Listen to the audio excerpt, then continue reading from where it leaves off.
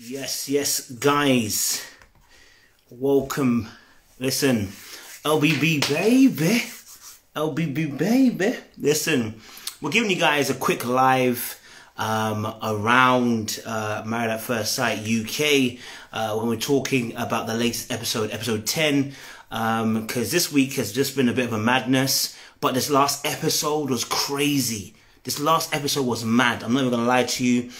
So I titled it Morag behaving like a witch, because I am so confused. I can't even press like that. I'm so confused by Morag's behavior in this end scene. Yeah? And see, some people, yeah, they're so broken, they don't want to see you ever happy.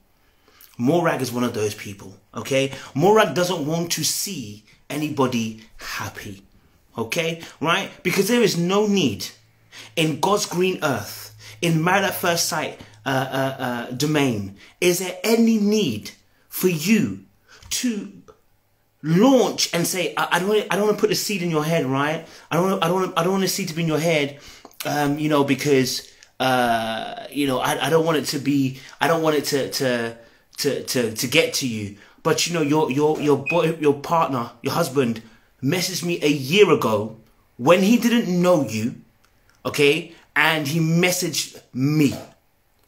Yeah, I'm sorry, sis. What has him messaging you in the DMs last year meant for Amy? We are here now. He didn't know Amy then.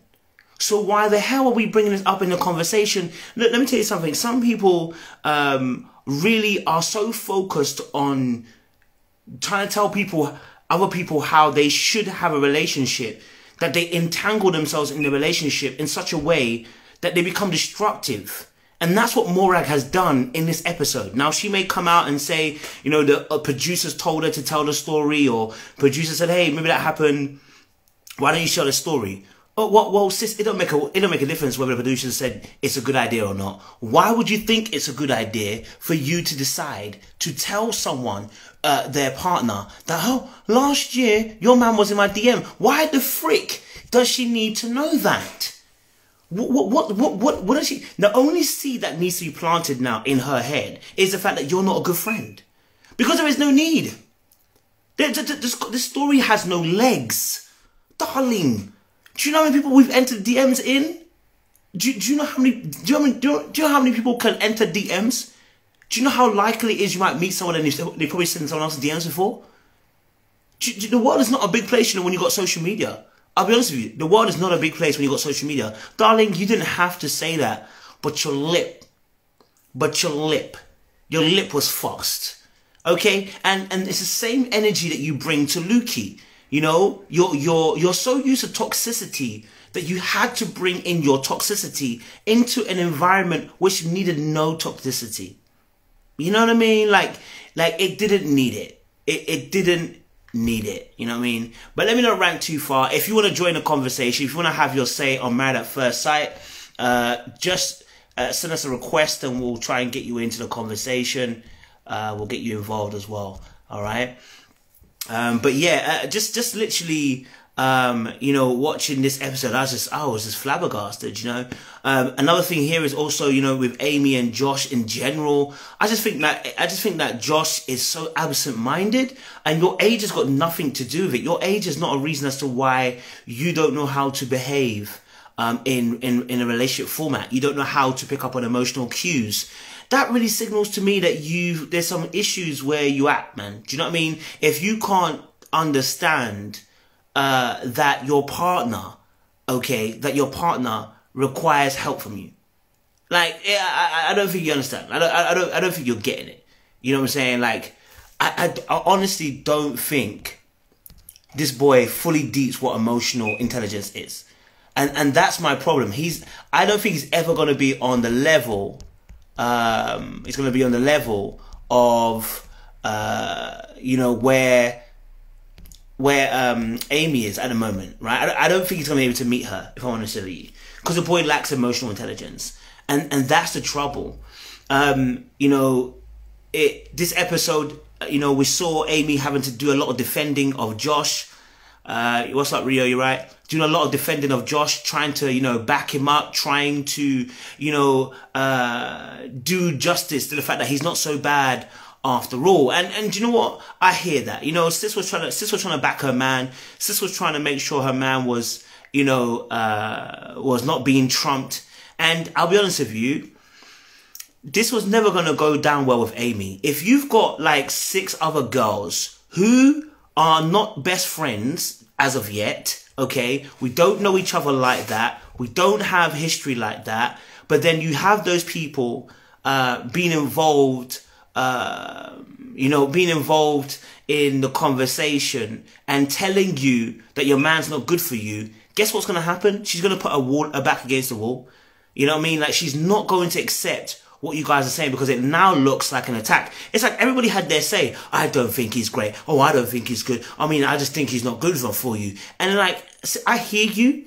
I really do hear you. But you have to look at the scenario of the situation. We're on a table with 6 other girls, whatever, 5 other girls, whatever, okay, who are now trying to discuss her man and dissect her man and tell her man ain't great after she already done told you a great story.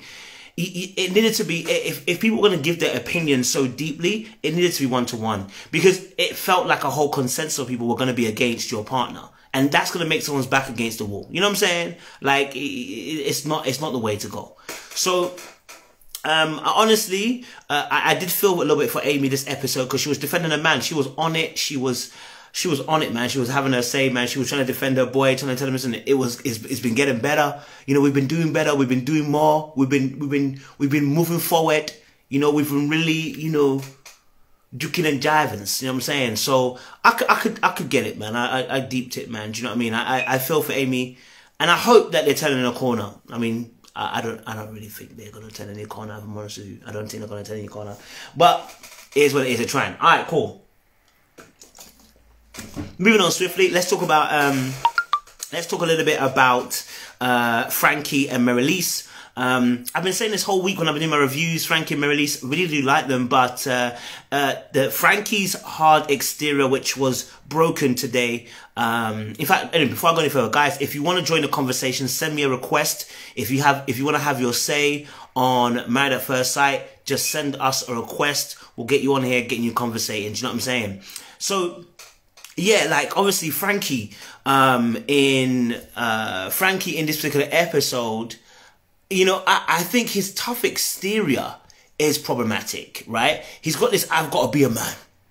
And I honestly think that's hiding behind, I think honestly that tough exterior is coming from a place of where, you know, his validation is really a smokescreen.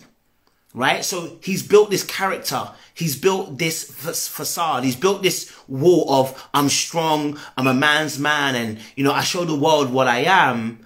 But really and truly, it's hiding, it's really hiding the young man that is in need of validation behind it. And this is where it becomes a swift problem, because what we're seeing is you want to protect your relationship, so you put this massive wall up in the relationship and you don't let the experts see, and then you don't let anyone else see, and really and truly it's because you're scared if they see, they will see you. Right? So the high walls that you've put up, Frankie, okay, is because when you put up those walls, what you're really saying is, I don't want you to see me. Because if you see me, then you can critique me. And he doesn't want to be critiqued, because if you critique him, that's actually speaking about him personally. See, it's for him, if you critique him, he's actually quite fragile. That's why the facade and the wall is always up. Now, whatever's happened to him in his past, I hear it, okay? I've been telling you guys, listen, look, we need to stop dating broken people. We need to stop trying to save broken people. We need to stop trying to think we are their therapists, okay? Broken people need healing, and you are not their therapist, all right? Now, back to Frankie and Marylise. Marylise let us know in this episode that, you know, Frankie behind the scenes, you know, actually he's broken down before, and, you know, he's shown a little bit of a different side to himself. And it's like, we hear that, love that, but sis, we need to see that. We're not seeing that. Right? Now, I get it. We're not asking you to be vulnerable all the time and everything you do is vulnerable. But what we're saying is he shows no invulnerability. And that's kind of problematic. You know what I mean? You don't show no vulnerability. You don't want anyone to get close. Even today, when they're talking about love, and he said, I love Mary Lise. And when they picked up on it, my man is trying to like dust it off, throw it off, like, you know what I'm saying? Like, man, I don't want to talk about the love thing. And did it like, fam, it's not a taboo to talk about love, bro. But again, it speaks to the fact that he doesn't like vulnerability. A lot of men don't like vulnerability, right? Because they assume if they be vulnerable, there's a woman out there waiting to cut them off at the knees, right? And often that speaks to the fact that you've been hurt. That speaks to the fact that you've not healed. That speaks to the fact that you need healing. Man, them, if you're scared of vulnerability because you think the girl's going to hurt you, more than likely, either you're dealing with the wrong girl, or you've dealt with the wrong girls in the past, and you're punishing the current girl for this. Or three, you need to do some really deep diving into where these insecurities come from in terms of people hurting you if you're going to be vulnerable. You can't do this love game without vulnerability. You can't do relationships healthily without vulnerability. So whenever you put on the cloak and the armor and say, I'm invincible, you're actually not winning. Your relationship is not winning. You may be blocking certain conversations and blocking certain avenues, but you're not winning because your partnership requires vulnerability, you know?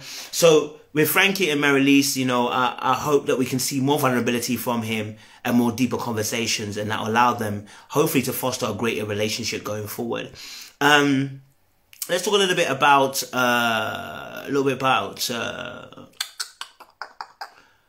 who am I thinking of? Ant and Alexis. Ant and Alexis. Oh man, it's so sad. It's so sad.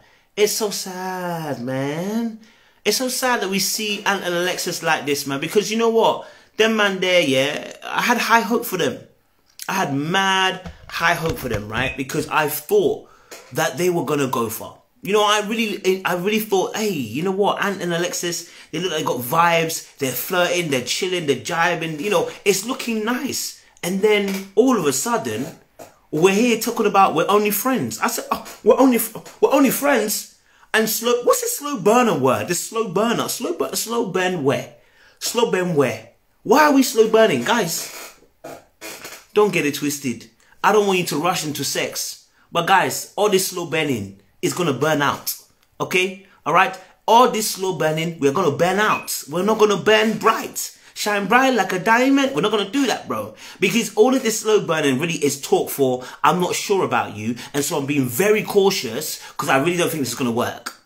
This is what slow burning really means. I'm not sure about you. I'm not sure how it's going to work. Now, our brother Ant, I love him. I love his energy. I actually really do like Ant. I love his candor, and, you know, I love his, you know, his realness, right?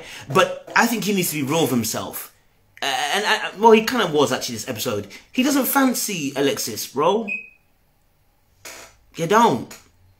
You don't fancy her. You had a little bit of flirt at the table, and that's as far as it went, and that's as far as it's going to go. You had a little flirt with Alexis. It was nice. It was tasty. It was good in the moment because you were hurt because of Nikita. She was hurt because of Jordan. We met at the dinner table, and that was about it, right? Why is the girl having to beg? Ant, she's begging you for kisses. Begging you for sex, sir. You're not interested. Just keep it honest 100. I'm not saying men don't know how to hold out. I'm saying men don't know how to hold out. Okay? I'm not saying men don't know how to hold out. They just don't know how to hold out. What do you mean? You're taking it slow burning. I don't want to rush it because obviously in the past I rushed it. Well then, show me. Do you know what? Intimacy doesn't have to be sex then. Show me some level of physical intimacy that shows that you're driving yourself and getting close to me. Why is it only... Okay, forget the bed situation. Show me some physical intimacy. You can't even cuddle. Are you telling me that you are interested? You're not. Okay? Can't even get a cuddle out here, baby. Okay, you can't even get a snuggle, blood. Man can't even get one spoon, blood. You understand? What the fork is this? If you can't even spoon. If you get my drift. If you get it, you get it. You understand? Yeah? Man can't even get that. Why? Why can't we get that? Right? Because you're not interested. And that's the absolute truth. The truth is, this man isn't interested in her. Now, I don't know what he saw. Because obviously, he seemed like he was physically attracted to her at the beginning. What did you see, Ant? I think that's what we need to ask, that question. Something that he saw something, just like I keep saying this, just like Peter did on the water walking towards Jesus Christ, something distracted him and he began to sink and he hit his head on the floor. Bam! If you know the meme, you know the meme. Now, you know, you know what I mean? It's crazy because, you know, even when she came to speak to him about, you know, they said I should put it on you. Me, I would have been excited. You want to put it on me? I said, baby, come, let's do this thing. You want to come and put it on me? Darling, I don't mind. Come and put it on me. You understand? I'm ready to go rounds. Are you ready to go rounds? But man's looking stressed. Man is hearing, I want to put it on you, and he's looking stressed. Whenever a man looks stressed when you want to give him sex, I'm telling you, he's not interested in you. In fact, he hates you. Yeah, he hates you.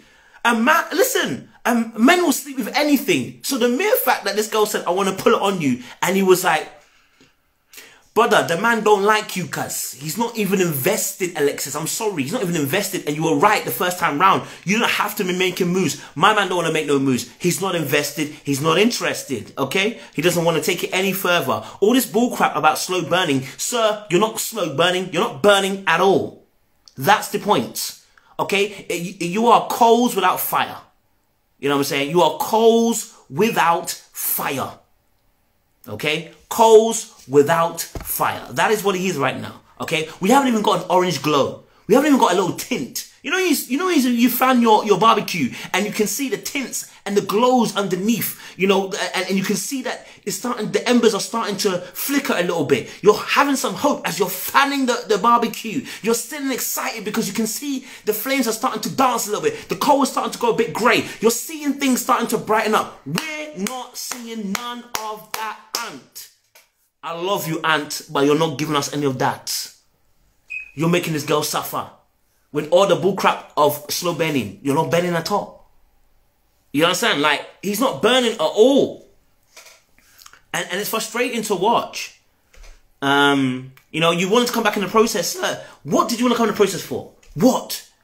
See, all the man them chatting big in their cut scenes. You know, I need a girl that's gonna, you know, that's gonna be the center of attention. I need a girl that's gonna... You don't need any of those girls. You don't even want them. Do you know what you want?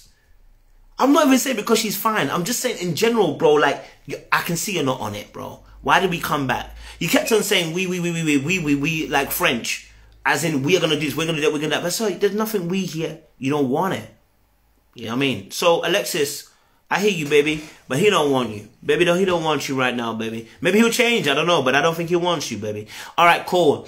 Let's talk a little bit about Morag and Luke. Morag and Luke. I mean, to be honest, Morag and Luke, you know, Luke is feeling Morag. He has always been feeling Morag. He likes Morag more than she likes him. And the truth of the matter is, they asked her a very simple question.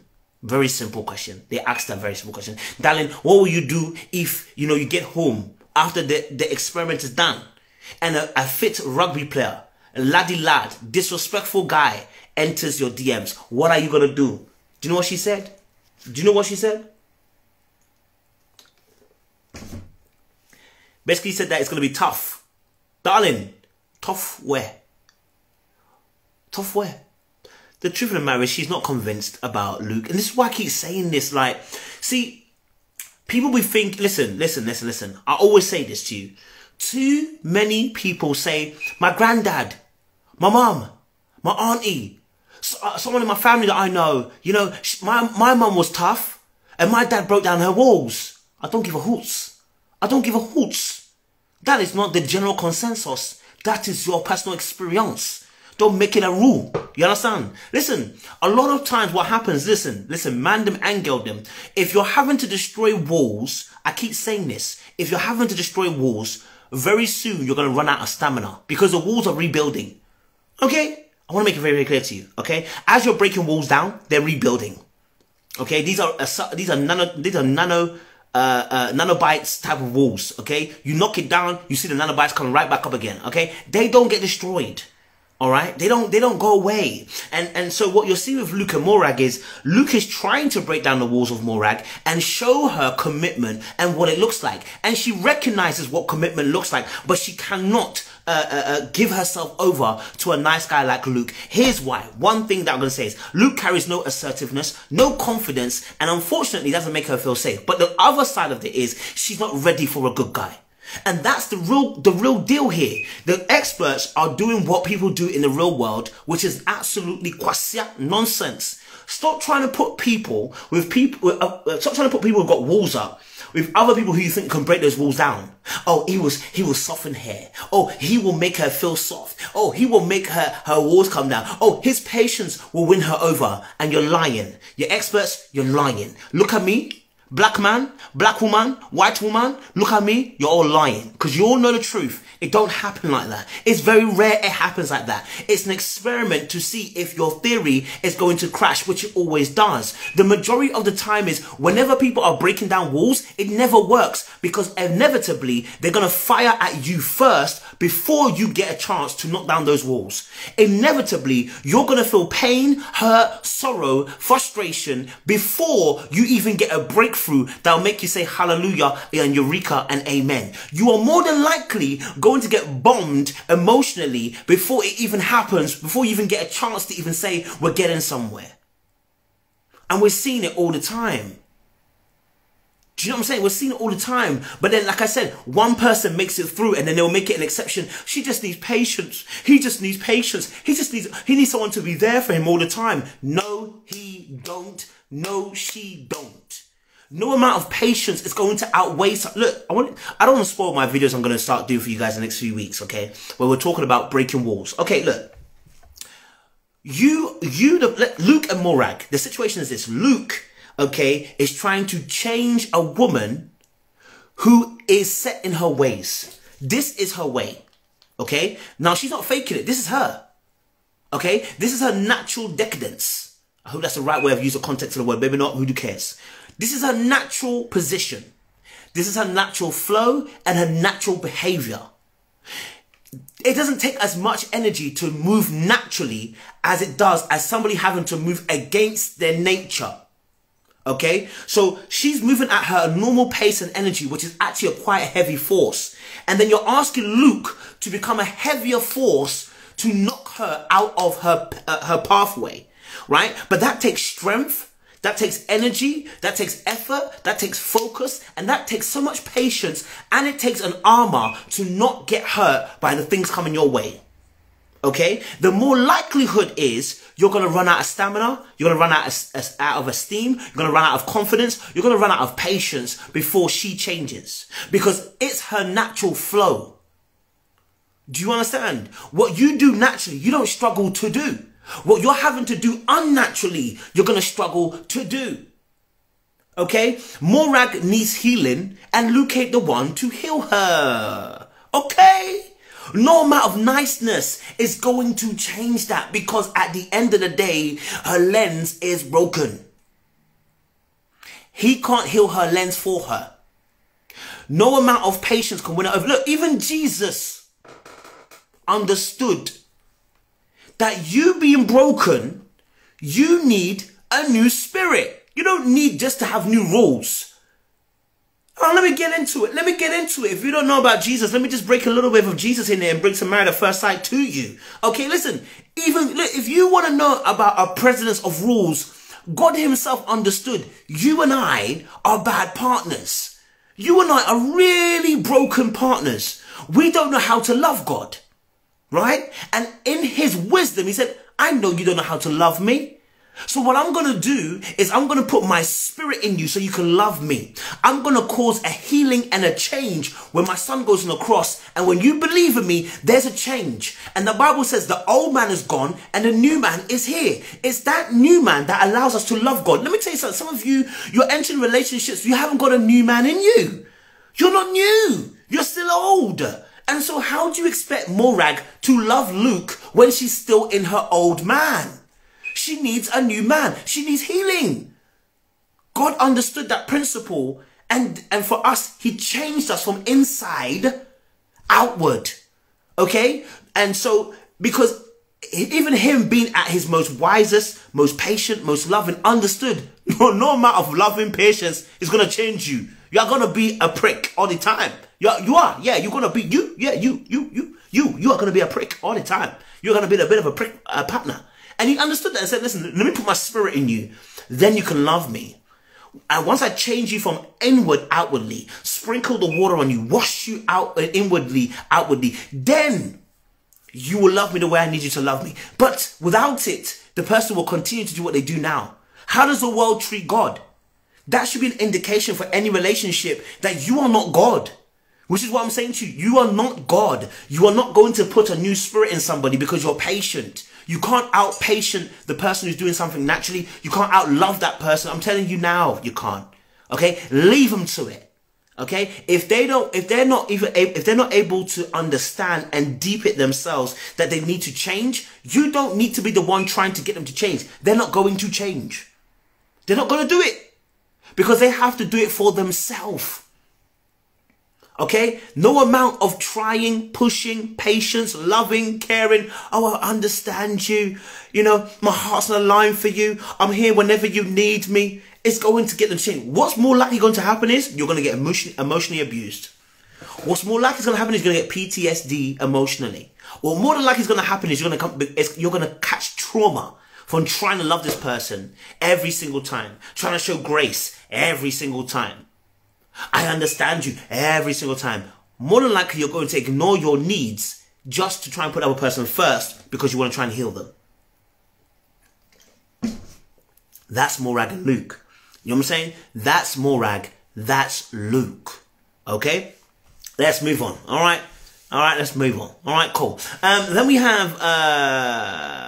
someone said, do I think she's trying though? I do think she's trying. I really do think Morag is trying. She's trying to love him. But the issue isn't her trying to love Luke. The issue is she's broken.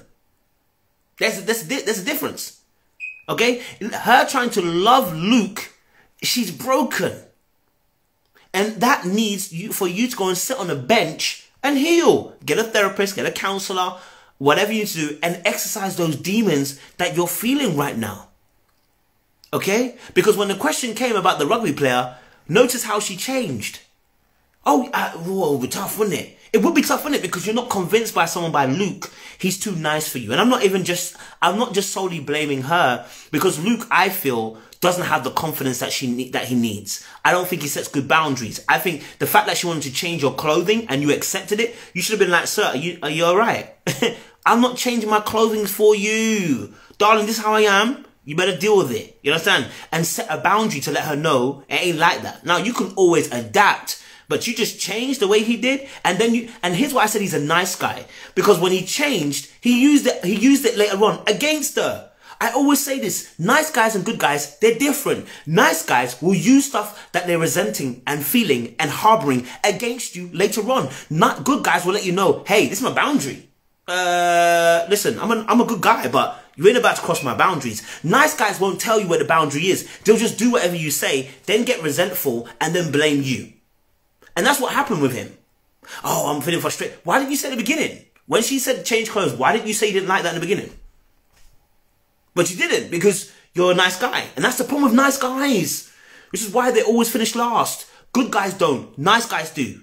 Good guys don't finish last. Nice guys do. Because they're putting on a pretense of niceness. It's not true. And it's not real. It's oftentimes hiding how they are emotionally lacking self-esteem, confidence in themselves. Alright? Got insecurities, emotional wounds. That's why they're so nice. You understand? Listen, I'm a good guy. Trust me, I'm a good guy. All right? But I've got some prickish ways. And because I'm a human being. You know what I'm saying? But if you see me 24/7 be nice to you, listen, you're gonna have to start thinking, what is this guy always nice? Like, what's he really hiding behind the screen? Like, what's he really hiding behind the screen? Right? Because we've all got our faults. We've all got our faults. You know what I'm saying? Like, you're propping that halo over my head already, brother. Listen, you're going to see a dark side of me. You're going to be like, oh my God, is that Kojo? Yeah, it is Kojo, because Kojo's a human being. And I have my downside. You know what I'm saying? Now, I'm not talking about you guys I'm not asking you guys to deal with pricks. I'm telling you that we all have a downside. Good, bad, you know what I'm saying? We all have our downsides. Anyway, so yeah, I think she's trying, but her problem isn't trying. Her problem is she can't see him for what she needs him to be. And that requires her to go and sit on the bench and heal. And more than likely, even if she does the healing, it still wouldn't be someone like Luke, because he doesn't carry enough assertive energy. He doesn't carry enough confidence in himself. They're asking you to strip, and you're basically taking long about stripping. You know, you're not being assertive with what your needs are. You know what I'm saying? So he needs to be able to have that. That's the Iggy style. Have that balance and be able to communicate what he's thinking, feeling at the time, and not be harboring in it onto the, to the end. Appreciate you, OS. Appreciate you. So here's another point here. Who's the other couple now? Sorry. Why they've gone up my head now? I think the ones I know I've done. Yeah, I think that's it, isn't it? I know it's Dan and Matt. Dan and Matt there. Sorry, Dan and Matt there. There's not much to say about Dan and Matt. And then obviously there's Dan and Matt, and there's obviously what's the lovely Dove couple, man? You know, the Love Dove couple. They're there as well. But yeah, Dan and Matt, you know, they're pretty much there. There's not much. They're good. They're pretty much there. They're pretty much in the love you stage. Like they are almost there. They are doing well. You know what I'm saying? There isn't much to say because we haven't seen much about them, but they're doing well. Then we have the other lovely couple. I can't remember their names. Adam and Tyre, who are there. Adam and Tyre, you know, again, just lovely. You know what I mean? Like, they have no issues. I mean, he made a mistake about the kid situation. I don't understand that kid situation, where it went wrong. Why he decided to say he wasn't on board at the time. I'm confused.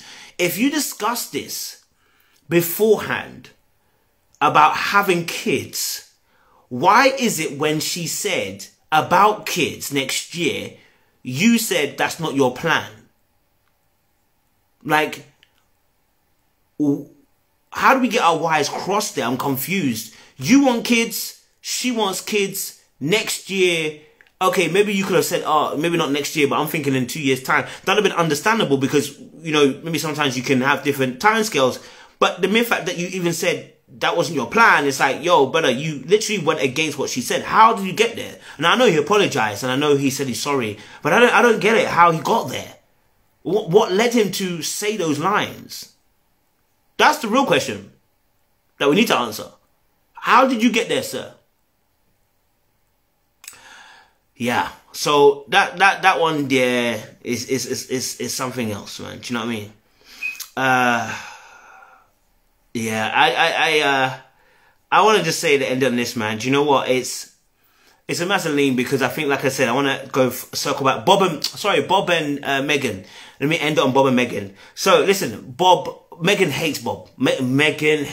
She despises Bob. Is that serious? Megan just despises Bob. She doesn't like Bob at all. Yeah, she doesn't like Bob. Bob is not even in her radar. She's not even looking at him. Okay? Body language is so important. Whenever you watch them two, there are oceans between them. Okay? Now, when a girl doesn't like you, she doesn't even want to be around you. Like, she's physically irked. She's got the ick to the point where she doesn't even want to be physically in the same space as you. Whenever you see them on the couch, there's space. When you see them at home, there's space. This girl doesn't want to see the life of Bob in her life. She doesn't want to even hear him breathe. You know, girls, will when they'll get to the point where they'll say, even him breathing makes me sick. When you're there, you're there. When you're there, you're there. When you're there, you're there. Right? She's at the point where even if he says a word, she wants to throw up. Olga she's done with Bob. But she's out here trying to pretend as if she wants to make it work with Bob because and you know what? She's a worst type of baddie, right? Because she's not actually owning her mistakes. What she wants to do is now make us feel sorry for her and try to win us over because she effed up. Not only did she F up, but the boy that you wanted left you. Because obviously he went elsewhere, right? You messed up, you did a little madness, and then you went back to Bob. Why? Safety. Because the truth of the matter is, what Bob offers her, okay, is a safety net. A safety net of somebody that always likes you. Okay? Bob is just in the wrong position at the moment. What she needs Bob to be is that friend that she knows always wants her and likes her, but never gets a chance. Instead, Bob is her husband. Do you see what I'm saying? Right? Bob is her husband. He's meant to be her friend who never gets a chance, but unfortunately is her husband. And so now she's trying to play this game where it's like, oh, you know, we're getting better. We've built a friendship. Darling! Well, friendship where? Friendship who? And friendship where? You know? And that's the trouble with the situation here, is that she doesn't want nothing to do with Bob. And Bob's problem is he doesn't have enough value in himself. This is the problem with Bob. Okay? He's seen a wealthy in Megan. Listen, I don't think Megan's all that. But when I saw a picture of her, I said, oh, okay. I mean, if I was to date, you know, Caucasoid, then I can see it. You know, if I was to date Caucasoid, I would be there. But you know me, I'm only about the chocolate. You know what I'm saying? I like chocolate. So it's like I can see. Okay, she's got some look. So maybe that's why he's a bit confused. He's seen a little bit of a Caucasoid baddie, and he's like, you know what? I gotta hold on to this. Because she's a baddie. But that shows your insecurity. You trying to hold on to a girl because she's a baddie is part of your insecurity. Because what you're not realizing is, I need to know, my value comes before how bad you look. My value comes before how sexy you look. And my value comes more than trying to promote you to the rest of the world that I've caught a baddie. Do you understand? Yeah? Sir, don't be thinking about the fact that this girl is a worldie. Okay? Because it's doing you harm. Alright? You need to wake up, smell the Kenko coffee. Deep breath. Okay? Smell the air. It's thick with shit.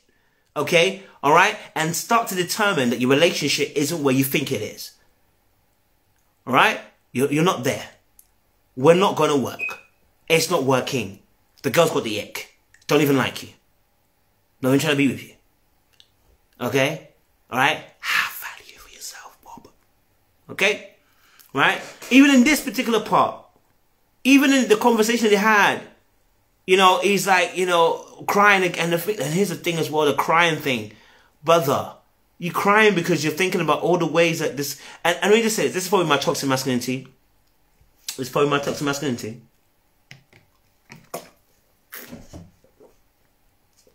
Don't watch that.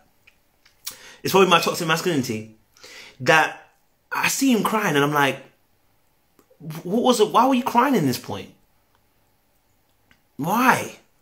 You're crying because you can see everybody coming at Megan. Why are you crying?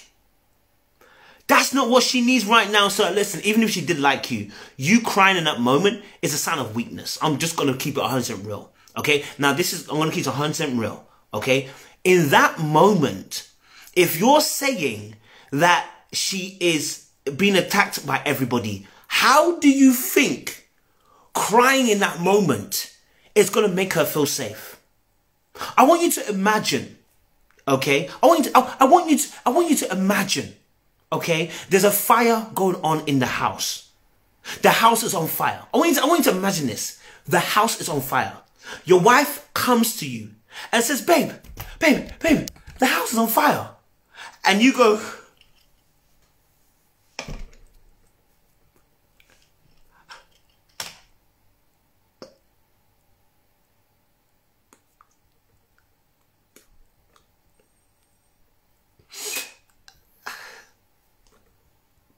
look, in that moment, we don't need you to be crying. What we need is action. Okay? The house is on fire. Okay? I want you to understand, the house is on fire. At that point, we don't need you to cry. We need you to be action orientated.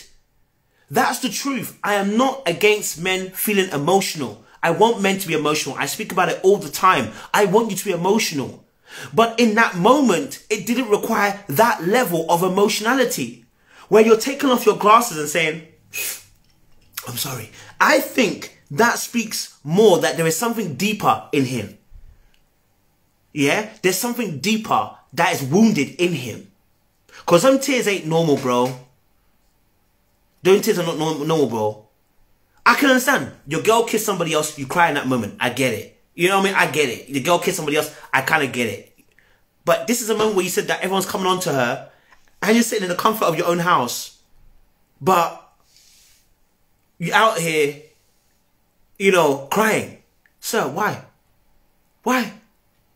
If you're saying you want to support her, why are you crying? How is supporting her by crying going to work? Right? And I know Bob, and this is what I have to give, I'm going to give Bob some grace. I know Bob wants to look at him and say, if you don't man the frick up, right? Because in that moment when she was talking to him, she was like, oh, don't cry. You'll make me cry now. Yeah, Bob, we know you're not going to cry. Listen, he is crying too much. And I am, not to me, you're probably right. Production are probably not allowing her to quit. You're probably right. More than likely, production are not allowing her to quit. You're probably right, right? So she's probably having to do it for production purposes. Yeah, probably right. But Bob's behavior. Yeah. He needs to see someone. Yeah, that level of emotion is not. It's not normal. It's not normal. He cries at almost every little situation. No, bro. You need. Yeah, we need to fix on that. You know what I'm saying? Like, you have to imagine if he was a girl. We would be saying something like, this could be emotionally manipulative. If this was a girl, we'd be saying, this girl is a little bit dangerous. She cries at every turn. Like, she's way too emotional. But we're kind of giving him a pass because we don't want to be too toxic about men. No. He's crying too much. Yes, ladies and gentlemen, he's crying too much. Bob, if you get to see this live, I appreciate you. I like you. I think you're an awesome man, but you're crying too much. Okay, and I think that comes from a place of deep emotional wounds. I don't think because you're an empath. That's not empathetic, because there's nothing to empath there. There is nothing to feel there. There was nothing to feel. There was no emotion for you to feel in that moment. You crying because there's something deep wounded within yourself. That needs healing. Don't worry, look, Megan is crazy too, but you need healing because that crying is too much. You're crying too much, you know? Okay, I'm all for men being emotional. Okay, I'm all for it. But if that was a woman, I'd be saying the exact same thing, saying this girl be crying way too much, every single thing. Oh, I saw all the men coming at you, and I just started breaking down. Why are we breaking down? What are you doing? It's not a moment for you to cry. There's a time and season for everything underneath the sun. You know what I'm saying? Like, if you want to support, Megan. Yes, Iggy, he should be strong in that moment. If you want to support her, please support her, but be emotionally strong. Create a barrier, create a fence, create that shield. Don't start crying in that moment, sir. Sheesh, my God, crying when you need to be doing stuff. Can you imagine? You're frying egg. He starts crying. It's just because the egg is so emotional. Because the egg is. Hold on a minute. Because I'm thinking about the fact that the egg had to come out of the chicken buttocks to get here for me to eat. He's crying. Like, bro, let's save that for when we are in our bedroom by ourselves, one-to-one. You know, it's too much. It's too much. Okay? So yeah, I want to end on this point. Morag. Listen, Morag. I'm going to say it again, like I said at the beginning of this particular show, and then we're going to end this. Morag. In what world is it your business to open up a story a year ago?